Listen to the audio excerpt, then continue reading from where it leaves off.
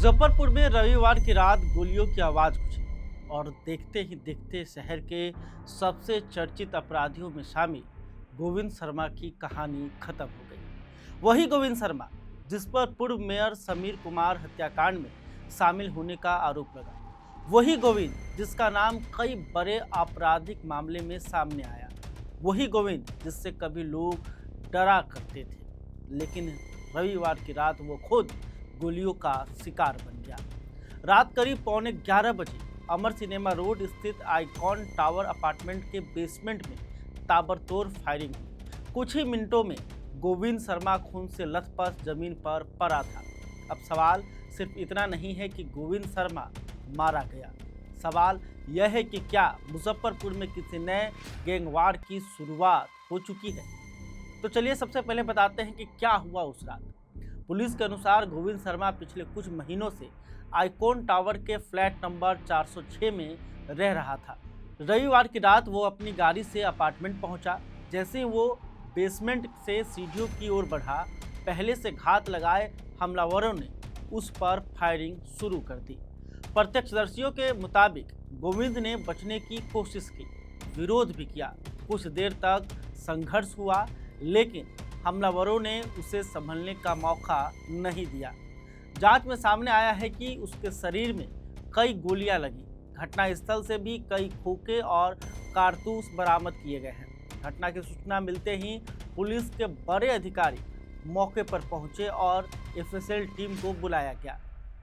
शुरुआती जांच में यह भी संकेत मिले हैं कि वारदात में एक से अधिक अपराधी शामिल थे।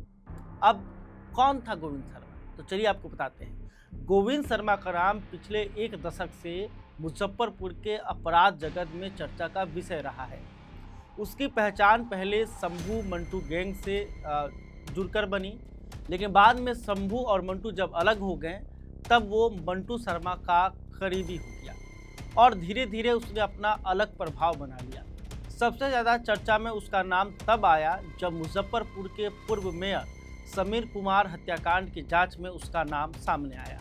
यह मामला इसलिए भी चर्चित रहा क्योंकि इसमें AK-47 जैसे अत्याधुनिक हथियार इस्तेमाल किए गए थे। इसके अलावा कई अन्य आपराधिक मामले में भी उसका नाम जुड़ता रहा। यानी गोविंद शर्मा कोई साधारण अपराधी नहीं था। पुलिस रिकॉर्ड में उसका नाम लंबे समय से दर्ज था। अब पुलिस के सामने बड़ा सवाल है। सवाल यह है कि आखिर गोविंद शर्मा को मारने की जरूरत किसे पड़ी। पुलिस अभी खुलकर कुछ नहीं कह रही है, लेकिन जांच में 3 संभावित एंगल सामने आ रहे हैं। पहला, पुरानी गैंग रंजिश। दूसरा, जमीन और प्रॉपर्टी से जुड़े विवाद। तीसरा, झारखंड तक फैले उसके नेटवर्क से जुड़ा कोई हिसाब किताब। पुलिस सीसीटीवी फुटेज खंगाल रही है। घटनास्थल के आसपास लगे कैमरों की जांच की जा रही है। संदिग्ध लोगों की पहचान की कोशिश चल रही है। अब सवाल, क्या शुरू होने वाला है नया गैंगवार। गोविंद शर्मा की हत्या सिर्फ एक अपराधी की मौत नहीं है।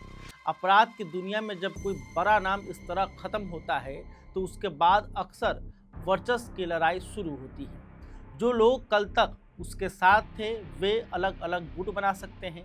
जो लोग उसके विरोधी थे वे इसे अपनी जीत मान सकते हैं। यही वजह है कि पुलिस इस मामले को सिर्फ हत्या नहीं बल्कि संभावित गैंगवार के नजरिए से भी देख रही है। अब देखिए, कभी दूसरे लोगों पर गोलियां चलवाने का आरोप झेलने वाला गोविंद शर्मा आखिरकार खुद गोलियों का शिकार बन गया। लेकिन उसकी मौत के साथ कहानी खत्म नहीं हुई है। असल कहानी अब शुरू होती है। किसने हत्या करवाई, हमलावर कौन थे, क्या यह पुरानी दुश्मनी का बदला था या फिर मुजफ्फरपुर में किसी नए गैंग की एंट्री हो चुकी है। इन सवालों के जवाब आने वाले दिनों में मिलेंगे।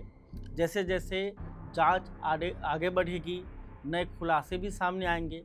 हम इस मामले पर नज़र बनाए हुए हैं। जो भी अपडेट आएगा आप तक पहुंचाने की कोशिश करेंगे। अभी तक आपने हमारे चैनल को सब्सक्राइब नहीं कर लिया है तो कर लीजिए। जाते जाते मैं अपना परिचय दे देता हूं। खबर पॉइंट के लिए परमवीर सिंह।